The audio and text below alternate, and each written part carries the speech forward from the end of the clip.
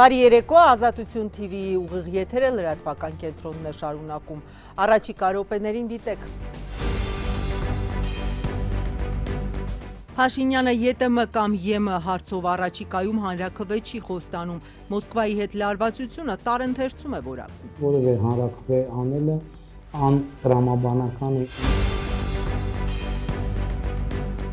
Խախտումների պատճառաբանությամբ հայկական մի շարք ապրանքների արտահանումը Ռուսաստանը շարունակում է արգելել, հերթը հասավ ձկանը։ Ընդդիմախոսների մուտքն արգելված է, Որդեկորույս մորը ոստիկանները թույլ չտվեցին հանդիպել վարչապետին։ Երկեք, բարև ուրախացեք։ Ուժեղ Հայաստանը չի բացառում հետընտրական համագործակցությունը Բարգավաճ Հայաստանի հետ։ Դեռ քննարկում այդպիսի չի եղել, քանի որ մեր ժողովուրդն է որոշում։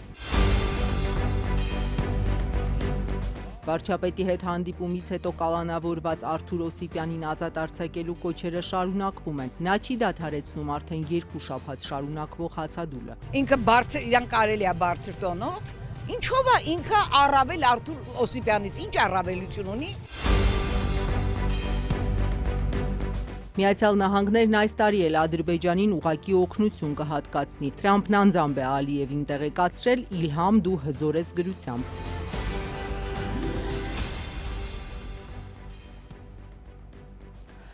Մինչ ընդդիմությունը զգուշացնում է Ռուսաստանից հեռանալու աղետալի հետևանքների մասին, Փաշինյանն ու Պուտինն այսօր անձամբ են զրուցել, վարչապետն էլ շնորհակալություն է հայտնել աջակցության համար։ Ինչպես Մոսկվան է հաղորդել, քննարկվել է ԵՏՄ երկրների ղեկավարների վերջին հանդիպումը, որը հենց ռուսաստանցի տարբեր պաշտոնյաների հայտարարությունների համաձայն Երևանի համար պետք է ճակատագրական լիներ։ Արդյունքում ԵՏՄ գործընկերները Երևանի անդամակցության հարցի քննարկումը հետաձգեցին մինչև դեկտեմբեր հորդորելով ԵՄ կամ ԵՏՄ հարցով մոտ ապագայում հանրաքվե անել։ Նիկոլ Փաշինյանն այսօր այդ հարցն է փակել։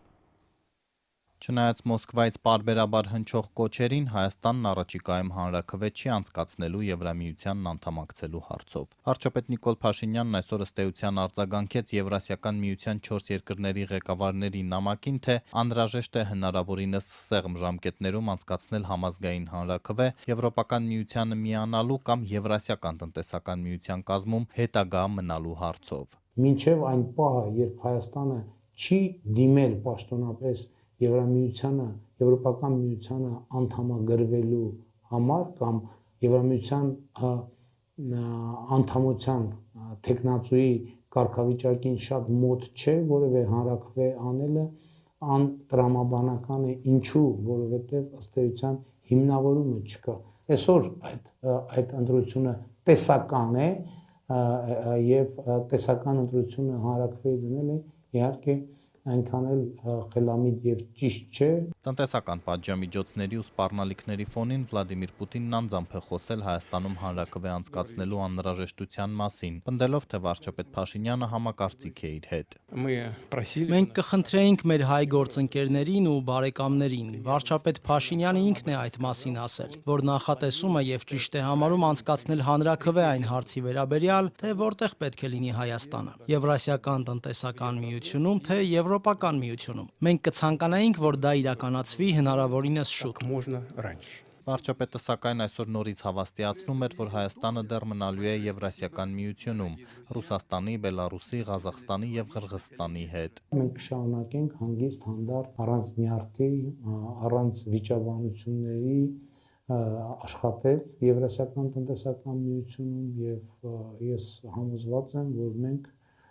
այս ուղղությամբ դեռ պոտենցիալ ունենք, որը առաջիկայում կօգտագործենք։ Օրվա երկրորդ կեսին էլ Երևանն ու Մոսկվան հաղորդեցին, որ վարչապետի ծննդյան օրվա առթիվ հեռախոսազրույցում Պուտինն ու Փաշինյանը քննարկել են նաև հայ-ռուսական հարաբերությունները։ Վարչապետը Ռուսաստանի նախագահին շնորհակալություն է հայտնել տարընթերցումների առիթ տվող մի շարք հարցերի վերաբերյալ հավասարակշռված դիրքորոշումների, բարեկամական տոնայնության, ինչպես նաև աջակցության համար։ Մանրամասներ հայկական կողմը չի հաղորդում, ռուսներն էլ միայն նշում են, որ երկու երկրների ղեկավարները քննարկել են Եվրասիական միության վերջին նիստի արդյունքները։ Փաշինյանն ինքը քարոզարշավի պատճառաբանությամբ Աստանա չէր մեկնել, գործուղելով փոխվարչապետ Մհեր Գրիգորյանին։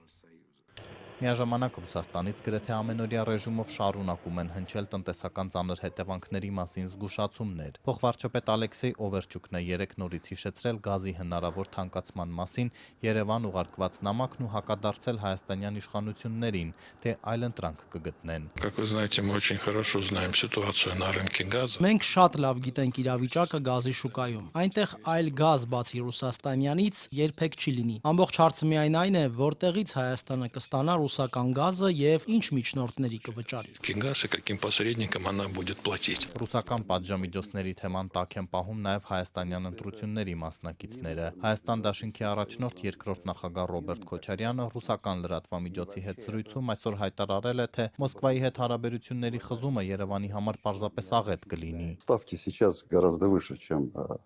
просто парламентские выборы. Խաղադրույքները հիմա շատ ավելի բարձր են, քան պարզապես խորհրդարանական ընտրությունները։ Խոսքը Հայաստանի արտաքին քաղաքական կուրսի մասին է։ Հայաստանը հեռանում է Ռուսաստանից, թե պահպանում է որոշակի բալանսավորված քաղաքականություն։ Հետևանքները շատ լուրջ են, քանի որ դա կազդի Հայաստանի տնտեսության ու անվտանգության վրա, այսինքն փաթեթը շատ լուրջ է։ Безопасность Армении, то есть пакет очень и очень серьезно. Արևմտամետ հանրապետություն կուսակցության առաջնորդ Արամ Սարգսյանը միշտ համոզված է, որ ամեն ինչ հարթվելու է ընտրություններից հետո։ Բայց որի ութին ամեն ինչ ընկնելու է իր տեղը, ամեն ինչ պետությունը շարունակել է իր նույն հունով գնալ, այդ արգելքները ու արգելանքները ամբողջությամբ հանվելու են, ռուսական իշխանությունները շնորհավորելու են հաղթած Հայաստանի Հանրապետության վարչապետին, նորից խոսելու են հայ-ռուսական ժողովուրդների բարեկամության մասով, պարզելու են, որ Ռոսգոս, Սելխոզնադզորը այդ մյուս բաներում արդեն մաքրված է գտել հայկական ապրանքները։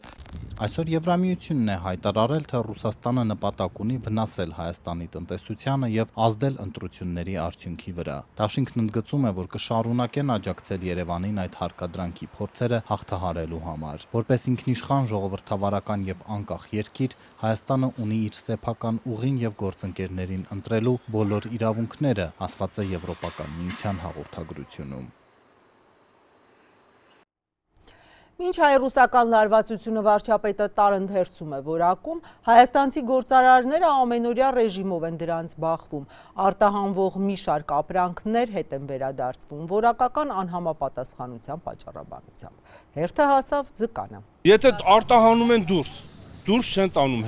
հետ են բերում, լցում են ստե շուկան, լմա լճացում։ Հանենք ինչա, փողոցը ճանապարհ փակեք հիմա էլ, թե բերենք հրապարակը սամասվալ անենք մեր եղածը, ասենք դե փոխհատուցում տուր։ Հա մեր վեճի չի, մի օր մի մանետ պակաս կծախենք, մի օր մի մանետ ավել կծախենք։ Կարևոր մեր պետականությունը մնա, հաստատ մնա։ Իրաց վատությունը իրաց թող մնա, մենք ոնց էլ լինի էլի տեղավորվում ենք։ Մինչ արմավիրցի ֆերմերները Հայաստանի դեմ Ռուսաստանի սահմանափակումների հետևանքներն են քննարկում, շուրջ 10 օր ռուսական սահմանին կանգնած բեռնատարներից 8-ը տոննաներով պղպեղով Հայաստան են վերադառնում։ Հայաստանյան խորհրդարանական ընտրություններից առաջ Ռուսաստանը սահմանափակել է հայկական մի շարք ապրանքների մուտքն իր շուկա, պատճառաբանելով, թե խախտումներ են հայտնաբերել։ Նայեք, կալոնայով մեզի վազվրատալի հնարավորինս ու անհնարին ինչ փորձություններ կար, մեջով անցանք, էլ ամբողջ մեքենան բեռնաթափեցին, կշռեցին, հետ բարձեցին, էլ էքսպերտիզա ուղարկին, էլ ֆիտոսանիտարնի ստուգում անցանք, որ բեռը հիվանդ էր, բայց Հայաստանում մենք ստացել էինք թույլատրությունը, որ բեռը չունի ոչ մի հիվանդություն։ Հակոբ Թորոսյանն աճեցրած մթերքը ցերեկը շուկա է բերում, գիշերն ու լուսադեմին իր ջերմոցում աշխատում։ Լսել է, որ խոշոր ընկերությունների բեռնատարները տոննաներով բիբարը հետ են բերում Հայաստան։ Անհանգստացած է, դա նաև իր աճեցրած պղպեղի գնի վրա կազդի, նույնը նաև կողքի ֆերմերներն են ասում։ Այդ հետ եկածը, որ մտավ շուկա, նույնիսկ կարամ ասեմ կոպեկով էլ չես կարող վաճառես։ Մի հատ ֆուլ ժամատնե շուկան վազվրատի վարունքները գլնի 50 դրամ էլ։ Դե բնականա պիտի լճացում լինի, պիտի էժանանա էլ։ Հիմա մի կիլոգրամը ինչքան է։ 200 դրամ, 150 դրամ։ Բայց այդ վարունգը միջև սարքել ենք վարուն, ջերմատներում վառում են, բան են անում, հոյդի օթով չի ստեղծվում։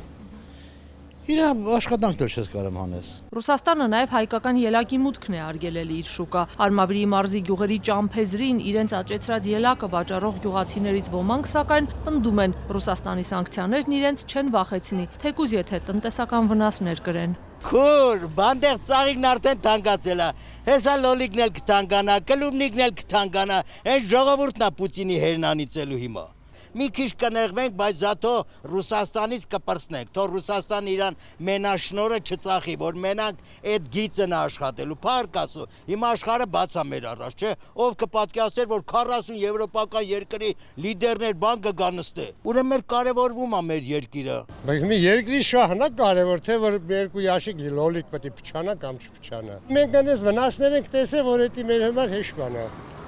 Այն 90-ական թվականից մինչև 2000 թիվը ոնց էինք ապրում։ Ապրում էինք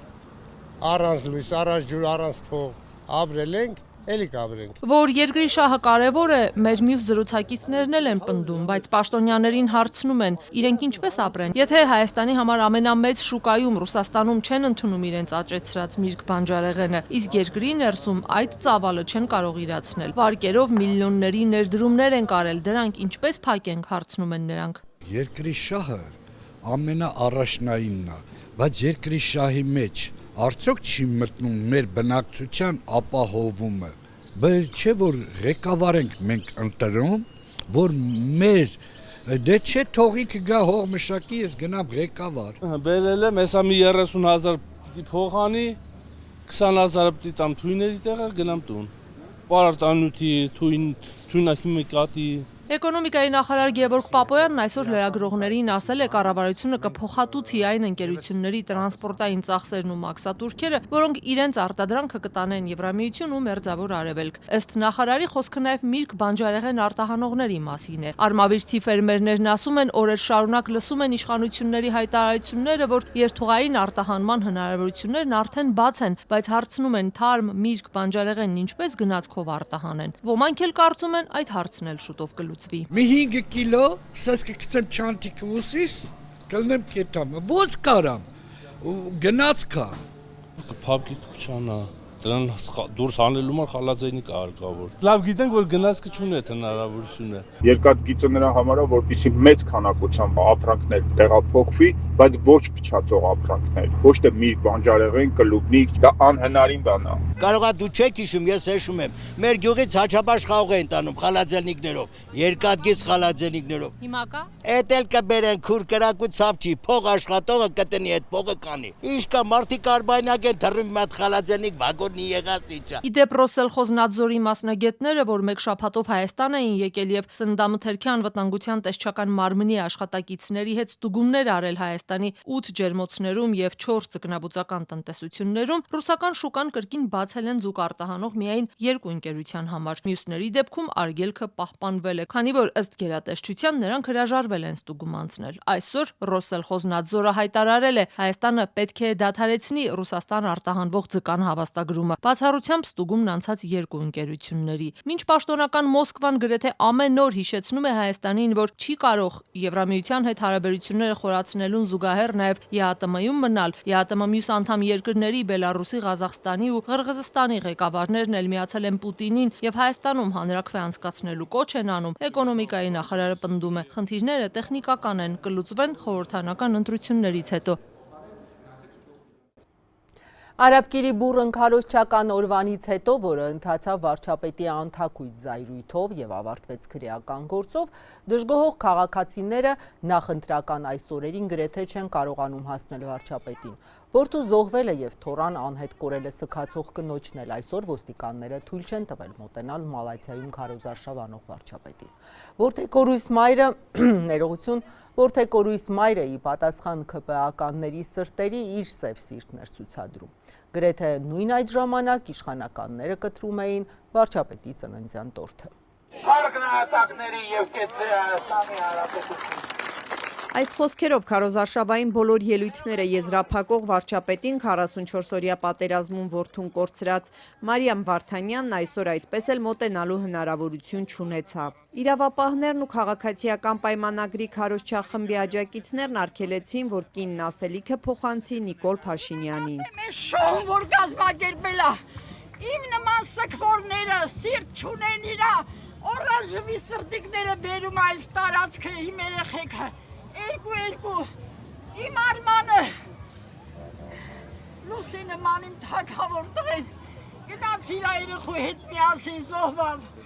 Տարավ հաստրեց Ջաբրայելի երեխեքին։ Ինչի տարար։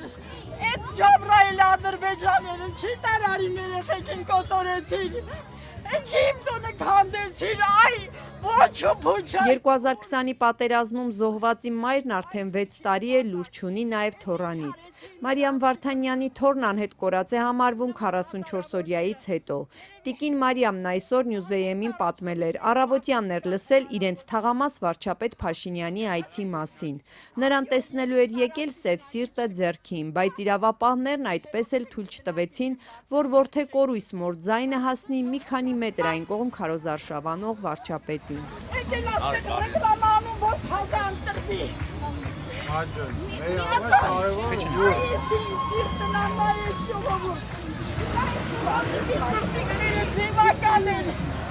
Ոչ մեկին չի սիրում, ոչ մեկի մասին չի մտածում, ադիաթորն ուզում, չի վայելելու ինքը, երկն այն դատաստան, անեսիրապատիժը, Հանգստացեք, անեսիրապատիժը, երկեք, բարեք, ուրախացեք։ Մի քանի վայրկյան եւ ողբացող կնոջ ձայնը աղմուկով խլացվեց։ Վարչապետի առաջնորդած քարոզչախումբը ոչ միայն երգում պարում էր, այլև սուլում ու ծափահարում։ Զուգահեռ հայացք նետելով նաեւ ոստիկանական օղակի մեջ մնացած կնոջը։ Հողեկին, իբրից ես վատ եմ զգում, Որպեսի զոհվածի մորը չհաջողվեր մոտենալ Նիկոլ Փաշինյանի քարոզչախմբին, զգոնությունը չէր կորցնում հատկապես սպիտակ պիջակով մի կին։ Նա ինչ-որ պահի անգամ հրեց պատերազմում որդուն ու թոռանը կորցրած կնոջը, ընթացքում պահանջելով, որ լրագրողը դադարեցնի նկարահանումը։ Երկեք, բարեք, ուրախացեք։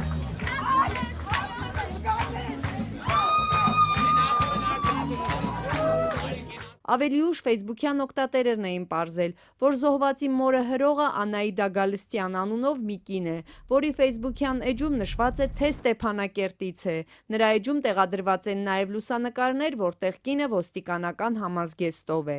Իսկ Հայաստանի քարտեզը կրծքին ամրացրած քաղաքացիական պայմանագրի մեկ այլ աջակից ավելի հեռուն գնաց, որդեկորույս մորը հարցնելով, թե նրան ինչքան են վճարել։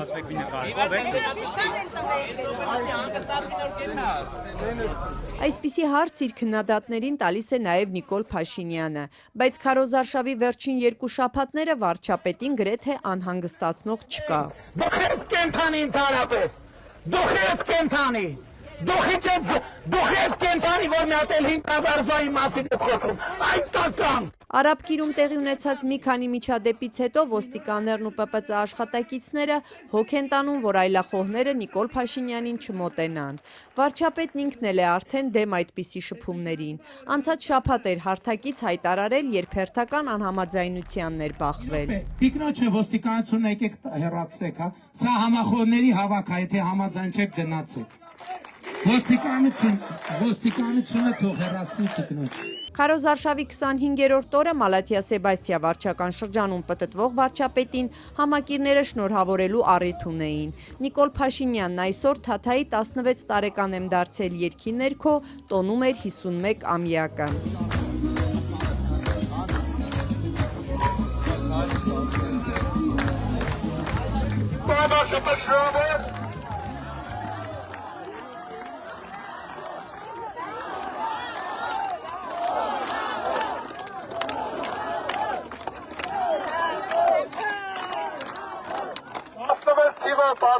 Ինչ է նշանակում։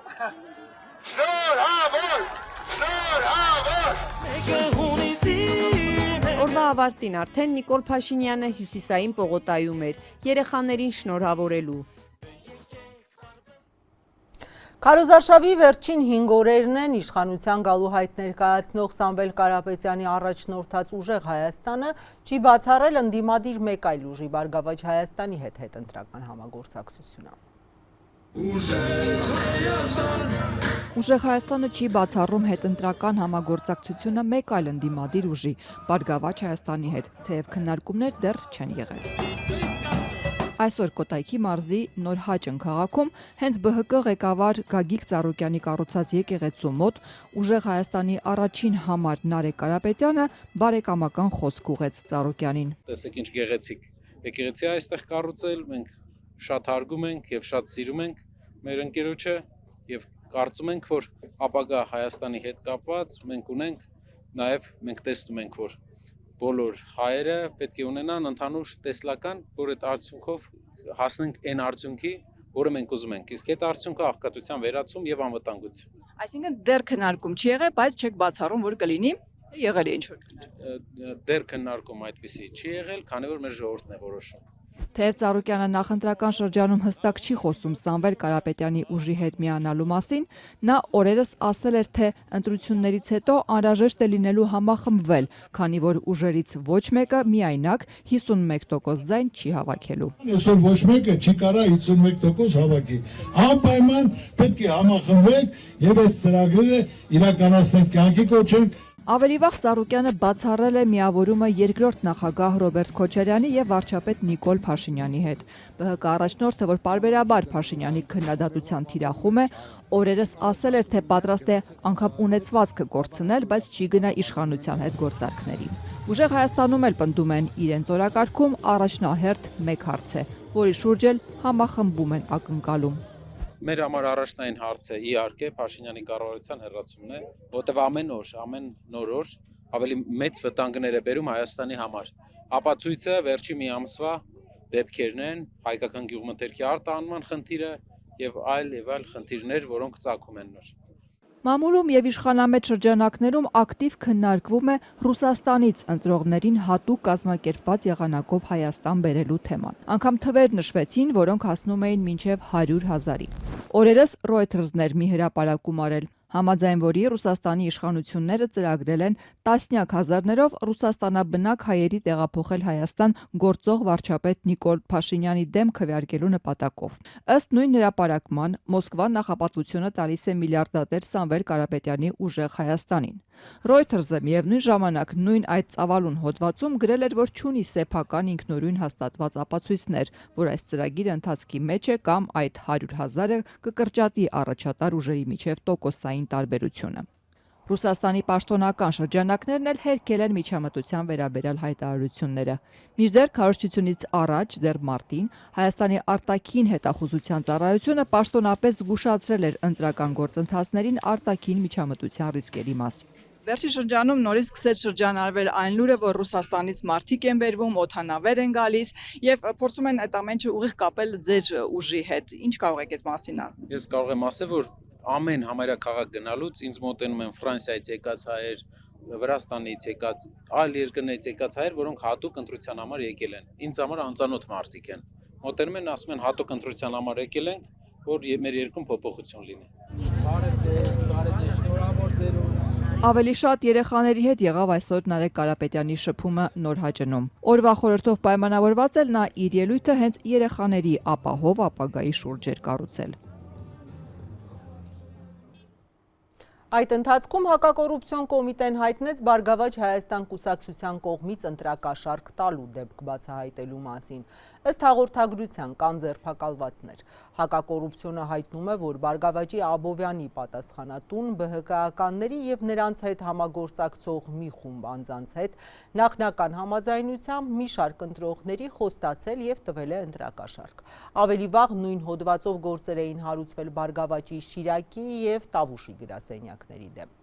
Ծառուկյանն իրավապահներին չէր արձագանքել, բայց ինքն էլ իր հերթին ճնշումներից եւ հետապնդումներից էր խոսել առանց հստակեցումների։ Վարչապետի հետ ձախողված երկխոսությունից հետո կալանավորված Արթուր Օսիպյանի վիճակը մտահոգում է ոչ միայն փաստաբանին, այլև իրավապաշտպանների։ 14 օր հացադուլի մեջ գտնվող արցախցի ակտիվիստը չի հրաժարվում իր պահանջից, որ Փաշինյանը պետք է իրենից ներողություն խնդրի, փախած ասելու համար։ Չնայած օրեր առաջ Փաշինյանը բացառել էր նման հեռանկարը։ Զուգահեռ հնչում է նրան անհապաղ ազատելու հորդոր։ Մեկնարկում եմ անժամկետ նստացույց շուրջօրյա ռեժիմով Նախագահական նստավայրի առջև բողոքի ակցիա ու նստացույց է վարչապետին հարց տալուց հետո արդեն կես ամիս կալանավորված եւ հացադուլ հայտարարած Արցախցի Արթուր Օսիպյանին ազատ արձակելու պահանջով։ Ինժեներ Բարսում կրթական շարժման անդամ Գեղամոհանյանն անժամկետ նստացույցով նախագահից պահանջում է միջնորդել գլխավոր դատախազին, որ ազատ արձակի արցախցի երիտասարդին։ Օսիպյանը հայտնվել է բանտում զուտ նրա համար, որ ինքը Արցախից տեղահանված մարդ է, ով որ համարձակվել է վարչապետի տեխնացուին հարցում։ Նախագահն առայժմ հրապարակավ չի արձագանքել, պատրաստվում է միջնորդել, թե ոչ։ Վահագն Խաչատուրյանի գրասենյակից ազատությանը հորդորեցին գրավոր հարցում ուղարկել։ Կալանավորված Օսիպյանը քարոզարշավին մոտեցել էր Փաշինյանին, հարցեր տվել Ղարաբաղյան բանակցությունների մասին ու արժանացել վիրավորանքների ու բղավոցի։ Վարչապետն անգամ կշտամբել էր, թե ինչու չի զոհվել պատերազմում։ Փալանչյանն ասումն է։ Դուք ես կենթանի։ Դուք ես կենթանի, որ մի հատ էլ 5000 զոհի մասին եք խոսում։ Այդ տական։ Վարչապետի հետ չստացված երկխոսությունից հետո Օսիպյանը մի քանի ժամ անց հայտնվեց բանտում։ Նրան մեղադրանք առաջադրեցին բռնություն գործադրելու հրապարակային կոչերի, խուլիգանության եւ քարոզչությանը խոչընդոտելու հոդվածներով։ Արդեն ճաղերից այն կողմ տղամարդը հրաժարվեց սննդից, Փաշինյանից պահանջելով ներողություն խնդրել իրեն փախած անվանելու ու արժանապատվությունը վիրավորելու համար։ Փաշինյանը սակայն ինքն է ներողության սպասում։ Իրավապահները Օսիպյանին մեղադրում են վարչապետի հետ բարձր տոնով խոսելու, ինչպես նաեւ դրանից ժամեր առաջ Փաշինյանի մեջբերում բմբուլները քամուն տալու մասին գրառման համար։ Բմբուլները քամուն տալը դա փոխաբերական իմաստ պարունակող արտահայտություն է եւ դա չի կարա տեղի ունենա, որովհետեւ Նիկոլ Փաշինյանը բմբուլներ չունի, որը կարան քամուն տան։ Սա օգտագործում են այն ժամանակ, երբ որ ուզում են ինչ-որ մեկի հետ ինչ-որ կերպ մրցեն, ենթադրաբար այս պարագայում բանավեճի խոսքի միջոցով։ Երկու շաբաթ չսնվելով Օսիպյանը հյուծվել է, այսօր ազատությանը փոխանցեց փաստաբան Դավիթ Հովհաննիսյանը։ Օրերս հետեսակցել պաշտպանյալին հորդորել դադարեցնել հացադուլը, բայց ապարդյուն։ Արդեն առողջության համար լուրջ անդառնալի հետևանքներ առաջանում։ Բնական խնդիրը այն է, որ անձը մտածում է, որ Նիկոլ Փաշինյանը իրեն փախած անվանելով պատերազմի ընթացքում, երբ ինքը իր կյանքը հենց 44 օրյայից սկզբից մինչև վերջ վտանգի տակ էր դնում, մասնակցելով բազմաթիվ մարտական գործողությունների, հենց արժե զրկել է հենց այդ արածը։ Արթուր Օսիպյանին բանտում կարող են այցելել միայն փաստաբանները, մյուսների համար տեսակցությունների արգելք կա։ Այդ ինքը ինչ խուլիգանական արտահայտություններ ասես ասում է։ Մի տարուց ավելա մենք լսում ենք այդ արտահայտությունները։ Ինքը բարձր իրան կարելի է բարձր տոնով Ինչով է ինքը առավել Արթուր Օսիպյանից ինչ առավելություն ունի, եթե ինքը այդպիսի վարկագիծ է դրսևորում։ Որն է իր առավելությունը։ Հավասար իրավունքներ են։ Բողոքի ակցիային մասնակցող իրավապաշտպան Ժաննա Ալեքսանյանի կարծիքով Օսիպյանը ճիշտ պահանջ է ներկայացնում Փաշինյանին։ Վրդովված է, վարչապետին հարց տվող քաղաքացուն կալանավորում են, բայց նույն վարչապետի ու նրա թիմակիցների վարկագիծը իրավապահները հրաժարվում են անգամ քննել։ Այսօր դատախազությունից ազատությանը փոխանցեցին, որ մերժել են ընդդիմադիր ուժեղ Հայաստան կուսակցության падգամավորի տեխնացու Արամ Վարդևանյանի հաղորդումը վարույթ նախաձեռնել եւ քննել ընդդիմախոսների հասցեին վարչապետ Նիկոլ Փաշինյանի կզացնելու, սատկացնելու սպառնալիքները, թե ինչ հիմքով են իրավապահները մերժել վարույթը չեն բացատրում։ Ակնհայտ ապօրինի մեղադրանքներ են սրանք, որոնք Արթուր Օսիպյանին ներկայացրել են։ Այդ մեղադրանքները պետք է ներկայացվի մյուս կողմին։ Թեև Փաշինյանը Օսիպյանին մեղադրել էր Արցախի էլիտայի մաս կազմելու համար, բայց երիտասարդին դեռ Արցախից ճանաչող Սարինե Հայրյանը հիշեցնում է, որ նա այնտեղ ընդդիմադիր գործունեություն էր ծավալում։ Ասում է այլախոհության ու բարձր խոսելու համար ոչ մեկը չպետք է կալանավորվի։ Եվ եթե ինչ որ մեկը պետք է վատ զգա կամ պատժվի, դա ոչ թե Արթուրն է, այլ նրա դեմ կանգնած, նրա դիմաց կանգնած Հայաստանի Հանրապետության վարչապետ Նիկոլ Փաշինյանը, ով ուղղակի չեմ ուզում ինձ թույլ տալ այդպիսի բառեր ասել, բայց վարչապետին ոչ հարիշ շատ կներեք բառամթերքով խոսել պատերազմի մասնակցած եւ ողջ մնացած երիտասարդ տղայի հետ եւ նրա երեսին ասել դու ինչու ես ողջ, ինչու չես զոհվել։ Օսիպյանի հետ տեղի ունեցածը խիստ մտահոգիչ են համարում հայաստանյան 16 հասարակական կազմակերպություններ։ Կարծում են, սա լուրջ վտանգ է Հայաստանում ժողովրդավարական ազատությունների, քաղաքական բազմակարծության եւ խոսքի ազատության համար։ Դիմել են Եվրոպայի խորհրդի մարդու իրավունքների հանձնակատարին, Հայաստանում գործող միջազգային կազմակերպություններին եւ դիվանագիտական առաքելություններին, կոչ արել դիմել Հայաստանի կառավարության Հայաստանը պահանջելով անհապաղ ազատ արձակել Արթուր Օսիպյանին եւ լիարժեք երաշխավորել նրա հիմնարար իրավունքներն ու ազատությունները։ Օսիպյանին ազատ արձակելու պահանջին այսօր միացել է նաեւ Փարիզում տեղակայված Մարդու իրավունքների միջազգային ֆեդերացիան։ Պնդում են, հանրային բանավեճը ներառյալ սուր քաղաքական վիճաբանությունները տեղավորվում են խոսքի ազատության շրջանակներում, որն էլ պաշտպանված է սահմանադրությամբ եւ միջազգային իրավունքով։ Ընդդիմադիրները նաև հայտարարում են իրենց նկատմամբ հարձակումների մասին քաղաքացիական պայմանագրին քննադատող Նաիրի Հոխիկյանը իր տան վրա հարձակման մասին է ահազանգել։ Արմեն Ալեքսանյանը մեքենան հրդեհել ու դեպքերը կապում են իրենց ընդդիմադիր հայացքների հետ։ Երկու միջադեպերով էլ կան գործեր, չկան մեղադրյալներ։ Դե դեմքից շատ խփել են։ Ընդդիմադիր հանրային գործիչ Նաիրի Հոխիկյանը պնդում է, Նորակերտի բնակիչ Գևորգ Խաչատրյանն ու նրա որդին 3 իր տան մոտ հարձակվել են իր վրա, հայոյել, հարվածել դեմքին ու գլխին։ Բազմաթիվ հարվածներ դեմքից, մարմնից տարբեր հատվածների, երկուսով։ Գևորգ Խաչատրյանն ու որդին ըստ Հոխիկյանի իշխող քաղաքացիական պայմանագրի անդամներ են եւ իր հետ հաշվառդար են տեսել ԿՊ-ի դեմ աշխատելու համար։ Սկզբում թե մենք եկել ենք պահանջելու, որ բացատրես, թե ինչ է մեր դեմ աշխատում, ասում եմ ձեր դեմ, ում դեմ, ԿՊ-ի։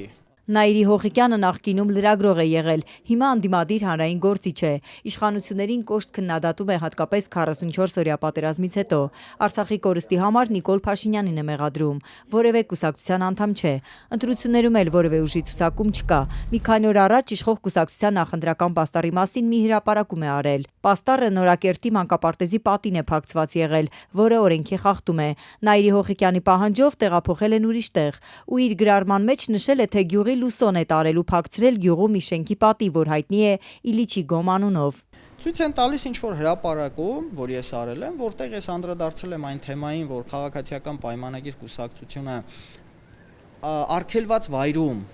օրենքով արգելված վայրում պաստառ է փակցրել, ես դիմել եմ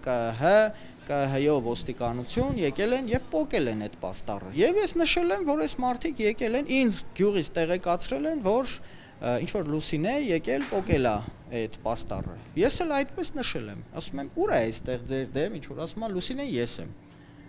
Ասում եմ, ոնց դու ես։ Ես տեսնում եմ Գևորգ Խաչատրյան, ինչ Լուսին է։ Ասում եմ, դու չգիտես Լուսինեն ով է։ Ով է Լուսինեն, ում անունը հիշատակել է վիրավորել է Գևորգ Խաչատրյանին։ Հոխիկյանն ասաց չի ասել։ Ինքն ու որդին հայոյել են իրեն, վիրավորել ու սկսել հարվածել, պատմում է Նաիրի Հոխիկյանը։ Ես նկատում եմ, որ այսպես ինչ որ գրպանից ինչ որ բան է մեկը փորձում հանել, մյուսը չի թողում եւ այլն, այսպես քաշքշոց հայհոյանք, սեռական բնույթի հայհոյանք, ծնողներին ուղված հայհոյանք եւ հարձակում ինձ վրա։ Այդ պահին Նաիրի Հոխիկյանի կինն ու երեխաներն էլ են տանը եղել, մտածել է, որ ԿՊԱ-ականներն իրեն լավ բանի համար չեն այցելել ու տնից դուրս գալիս բակի սեղանից որդու խաղալի կատրճանակն է վերցրել, այն մտքով, որ եթե հանկարծ իրավիճակը սրվի, ուղակի գրպանից կհանի ու կվախեցնի, որ հեռանան, պատմում է Նաիրին։ Իրենք հստակ եկել էին հարձակում գործելու, անգամ փորձ է արվել դարպասից ներս մտնել, ես ընդամենը այդ խաղալիքը հանել եմ, վերև եմ պահել, ասել եմ փախեք այստեղից։ Այո, դա տեսել են, մարդիկ բոլորը այնտեղ հավաքված տեսել են, սրանք նստել մեքենան փախել են։ Խաղալի կատրճանակը տեսնելով ԿՊԱ-ականները նստել են մեքենան ու հեռացել են։ Ըստ Նաիրի Հոխիկյանի ոստիկանություն են ահազանգել, թե իրենց զենքով հետապնդել են։ Իրավապահները ժամանել են դեպքի վայր, արձանագրություն կազմել, զննել գնդակներ կրակող խաղալի կատրճանակը։ Ինքը խաղալիկա գնել եք խանութից։ Խանութից, մանկական խանութից։ Այդ ատրճանակը, այսպես ճակերտավոր ասած, եւս վերցրեց, ոստիկանները ծիծաղում էին, անգամ դա ունեմ նկարահանած, որպես ինքնապաշտպանության միջոց կարելի է ասել, հա։ Այո, ձեր ազանգը վերցված է, համապատասխան միջոցառումները ըստ հետադարձության անենք։ Հետո էլ Նաիրի Հոխիկյանն է ոստիկանություն հաղորդում ներկայացրել իր նկատմամբ բռնություն գործադրելու համար։ Հոխիկյանը պնդում է, ԿՊԱ-ականներն իրեն թիրախավորել են քաղաքական հայացքների պատճառով։ Գործ պիտի հարուցվի իմ նկատմամբ խուլիգանության հոդվածով, որտեղ իմ տան վրա հարձակում է եղել։ Այս դեպքով քրեական գործ է հարուցվել խուլիգանության, հոգեկան ու ֆիզիկական ներգործության հատկանիշներով։ Գործը հարուցվել է կողմերի հաղորդումների հիման վրա։ Նաիրի Հոխիկյանի վրա հարձակված ու նրան հարվածներ հասցրած անձանցից ոչ մեկին մեղադրանք չի առաջադրվել։ Քննչականից ազատությանը հայտնեցին նախաքննություն է կատարվում դեպքի հանգամանքները պարզելու համար։ Ինչն է ստիպել Գևորգ Խաչատրյանին որդու հետ Նաիրի Հոխիկյանի տուն հասնելու վեճի բռնվել։ Արդյոք նրան պատժելու նպատակ է ունեցել իրենց թիմի դեմ աշխատելու համար։ Եվ ով է այդ Լուսինեն, որի անունը Հոխիկյանի գրառման մեջ տեսնելիս վիրավորվել է։ Գևորգ Խաչատրյանը հրաժարվեց մեր հարցերին պատասխանել, խոստացավ խոսել ուշ, երբ նպատակահարմար կհամարի։ Մինչև նրան զանգելը տուն էինք գնացել, մի կին դուրս եկավ, ասաց տանը չէ ու հրաժարվեց մեզ հետ խոսել։ Բաժարի հանգամանքները չեմ անում ինչից է, բայց մեքենայից մեջ սայլարկով շիշ եմ հայտնաբերել։ Նախընտրական պայքարի այսրված փուլում սա միակ միջադեպը չէ։ Երեկ գիշեր էլ ընդդիմադիր ակտիվիստ Արմեն Ալեքսանյանն է ահազանգել, որ իր մեքենան այրել են։ Նա պնդում է, թե իր քաղաքական հակառակորդներն են արել։ Էսի նրանից է փորձում են, որ ինձ լրացնել, որ չխոսամ, ակտիվ չլինեմ, բայց սա ինձ չի ընկճում։ Այս դեպքով էլ որևէ մեկի նկատմամբ մեղադրանք չի առաջադրվել։ Քննչականից հայտնում են, որ գույքը ոչնչացնելու կամ վնասելու դեպքով քրեական վարույթ է նախաձեռնել։ Քննչական կոմիտեն հաղորդեց, որ բացահայտվել է վարչապետ Փաշինյանի նկատմամբ սպանության նախապատրաստություն կատարած անձանցից մեկի ինքնությունը։ Հաղորդվում է, որ 2024-ից օտարերկրյա պետությունում բնակվող մի անձ առնվազն 4 հոգու հետ ինքնությունը քողարկելու նպատակով ձեռք են բերել դիմակներ վարչապետի գտնվելու վայրերի, քարոզարշավի երթուղիների վերաբերյալ հավաքել են տեղեկություններ, նախապատրաստելով սպանությունը։ Նաև տեսագրել և տարածել են տեսաուղերձ, որի ընթացքում հնչեցրել են Փաշինյանին ուղղված սպառնալիքներ։ Մի խումբ անձանց կողմից պաշտոնյայի նկատմամբ սպանության նախապատրաստելու հոդվածով 1 հոգու նկատմամբ հարուցվել է հետապնդում։ Նրա վերաբերյալ կայացվել է ձերբակալման որոշում։ Կասկածյալի անունը իրավապահները չեն հաղորդում, նաև արդյոք պարզել են նրա համախոհներին, բացի այդ չի մանրամասնվում։ Արդյոք խոսքը դիմակներով հայտնի տեսագրության մասին է, որը արաբկիրում քարոզչության ժամանակ խիստ զայրացրել էր վարչապետին, ու այն նա մրցակիցների ձեռքի գործներ համարել։ Հիմա տարածաշրջանային և միջազգային թեմաներին անդրադառնանք, ԱՄՆ նախագահը հատուկ հուշագիր է ուղարկել Ադրբեջանի նախագահին, տեղեկացնելով, որ երկարաձգել է 90-ականներին ընդունված 907 բանաձևի սահմանափակումների սառեցումը, ինչը հնարավորություն կտա Բաքվին այս տարի էլ ուղղակի օգնություն ստանալ Միացյալ Նահանգներից։ Թրամփը փաստաթուղթը մակագրել է «Իլհամ, դու հզոր ես» գրությամբ։ Ցանկանում եմ իմ անկեղծ երախտագիտությունը հայտնել հուշագիրն ինձ ուղարկելու, ինչպես նաև ձեր անձնական նամակի և բարի խոսքերի համար։ Ես շատ բարձր եմ գնահատում այս նշանակալի քայլը, սոցիալական ցանցերում գրել է Իլհամ Ալիևը։ 1992-ին Խորհրդային Միության փլուզումից անմիջապես հետո ընդունված բանաձևը արգելում էր Միացյալ Նահանգների բյուջեից աջակցություն տրամադրել Ադրբեջանին։ Սեպտեմբերի 11-ի ահաբեկչությունից հետո, սակայն, Միացյալ Նահանգների նախագահները պարբերաբար սառեցրել են այդ արգելքը, անցած տարիներին, հատկապես 2025-ի օգոստոսին Սպիտակ տանը ստորագրված համաձայնագրից հետո Բաքուն կոչ է անում Վաշինգտոնին ընդհանրապես չեղարկել այդ բանաձևը։ Այժմ էլ հարևան Իրանում զարգացումներից պատմենք, Միացյալ Նահանգներն ու Իրանը կրկին ավիահարվածներ են հասցրել միմյանց խաղաղության համաձայնության փորձերի ֆոնին, օրվա ընթացքում նաև հաղորդվեց, որ Թեհրանը հրաժարվում է Վաշինգտոնի հետ միջնորդավորված շփումներից։ Լիբանանի վրա Իսրայելի հարձակումների պատճառով Իրանի բանակցային թիմը դադարեցնում է Միացյալ Նահանգների հետ ուղերձների փոխանակումը միջնորդների միջոցով, հաղորդում է իրանական կիսապաշտոնական Թասնիմը։ Ըստ գործակալության բանակցություններ չեն լինի, քանի դեռ Լիբանանում եւ Գազայում Իսրայելի գործողությունները չեն դադարեցվել։ Գործակալության փոխանցմամբ դիմադրության ճակատը եւ Իրանը նոր օրակարգ են սահմանել, ամբողջությամբ շրջափակել Հորմուզի նեղուցը եւ ակտիվացնել այլ ճակատներ, այդ թվում Բաբ էլ-Մանդեբ նեղուցում, մեկ այլ կարևոր ջրուղի, որտեղ միմյանց են միանում Ադենի ծոցն ու Կարմիր ծովը։ Պաշտոնական Թեհրանը դեռ չի հաստատել սա։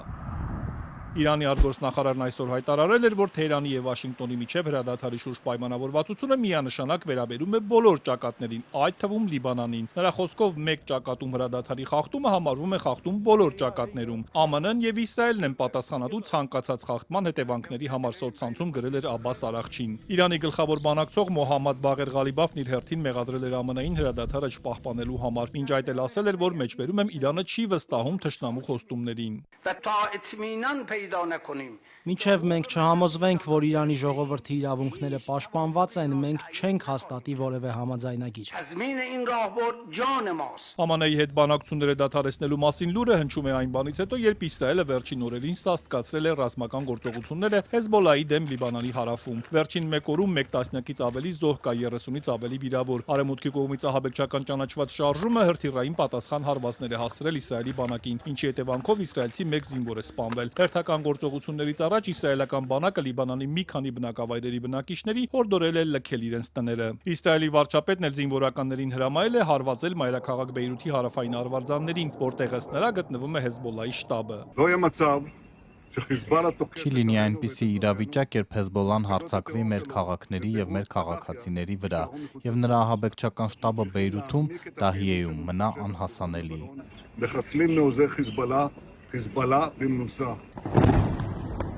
Ալ Ջազիրան հաղորդում է, որ ԱՄՆ պետքարտուղարը Լիբանանի եւ Իսրայելի ղեկավարությանը նոր առաջարկ է ներկայացրել էսկալացիան մեղմելու համար։ Ըստ այդմ Հեզբոլլան պետք է դադարեցնի Իսրայելի վրա բոլոր հարձակումները, Իսրայելն էլ զերծ կմնա մայրաքաղաքում իրադրության հետագա սրումից։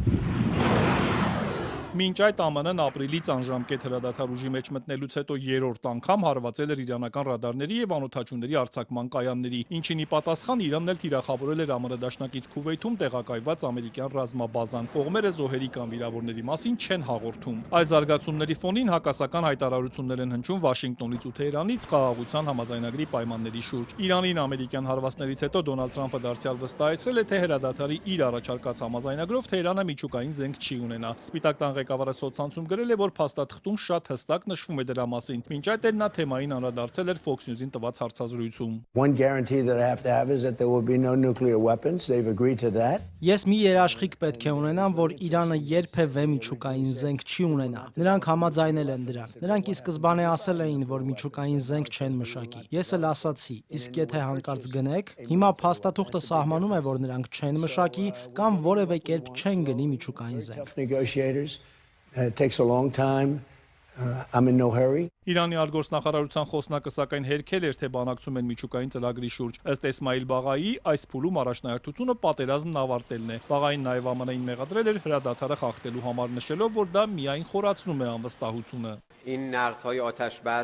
Հրադադարի խախտումները ինքնին վկայում են, որ Միացյալ Նահանգները գործում է ոչ իրավաչափ եւ անբարեխիղճ, եւ դա պարզապես խորացնում է առկա անվստահությունը, որը իրավացիորեն պետք է միշտ նկատի ունենանք ամերիկյան կողմի հետ ցանկացած փոխազդեցության ժամանակ։ Բաղային նաև ասել է, որ Իրանը կձեռնարկի բոլոր միջոցները իր անվտանգությունը պաշտպանելու համար։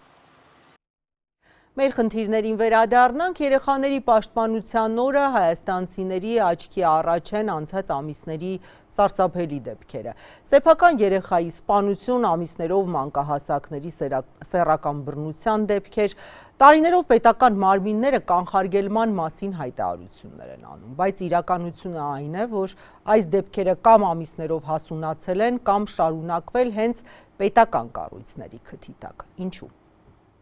Մեկամյա փոքրիկին հուղարկավորեցին առանց արցունքի ու գետ մեկ ծաղկի։ Նրան ծեծելով մահվան էր հասցրել ենթադրաբար հոր ընկերուհին։ 3-ամյա մեկ այլ երեխայի խեղդելով սպանեցին։ Մեղադրյալը սեփական հայրն է։ Հաշմանդամություն ունեցող 2 անչափահաս քույրեր ամիսներով սեռական բռնության էին ենթարկվում։ Բռնարարները ձերբակալվեցին մամուլի ահազանգից հետո միայն։ Ենթադրյալ մանկապղծության մեկ այլ դեպքով այլ մարզում քննությունն իրականացվել է ու գործը դատարան չի հասնում։ Երեխայի պաշտպանության միջազգային օրը քաղցր խոսքերից ավելի հարցադրումներ են հնչում վերջին ամիսներին Հայաստանը ցնցած զարհուրելի դեպքերի առիթով։ Ինչպես է, որ դժվար վիճակում հայտնված ընտանիքն ու այդտեղ ապրող երեխայի անպաշտպան վիճակը վրիպում են բոլոր կառույցների աչքից, մինչև պայթում է ողբերգությունը։ Պետության կողմից ստեղծված են հիմնական մարմիններն ու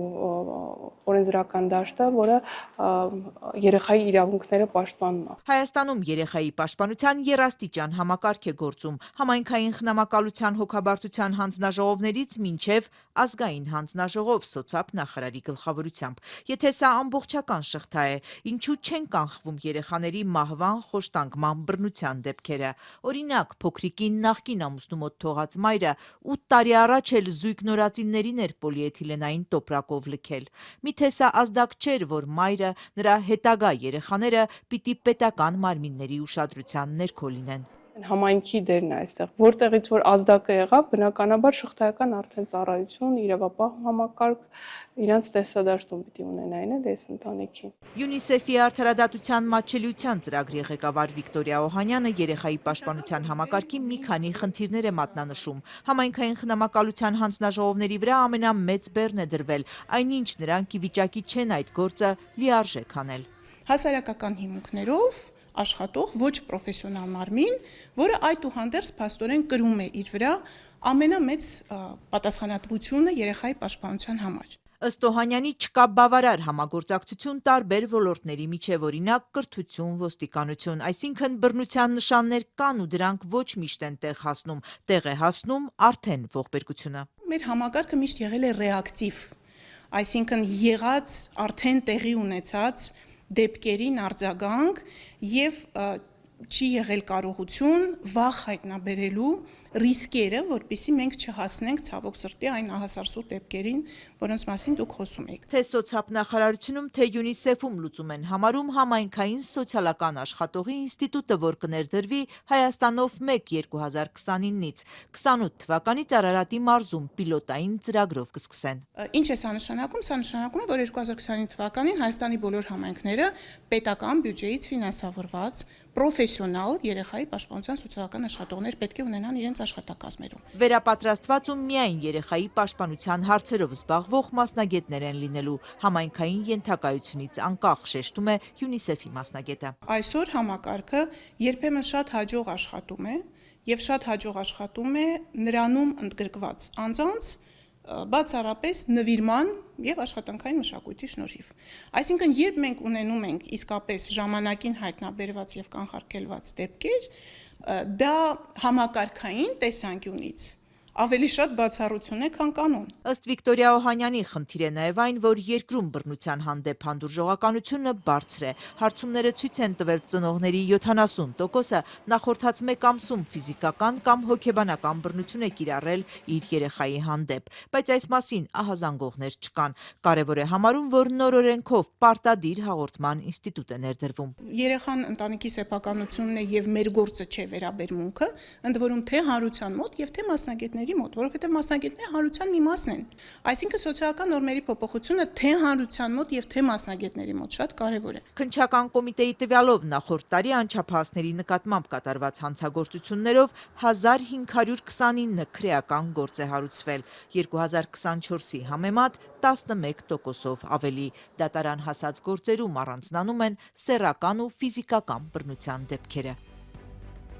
Այս թեմաներն էինք առանձնացրել այս եթերաժամի համար, ես ձեզ հրաժեշտ եմ տալիս, հիշեցնելով ազատություն.am կայքում լրահոսը թարմացվում է, սոցցանցերի մեր էջերում նույնպես հետևեք, հաջողություն։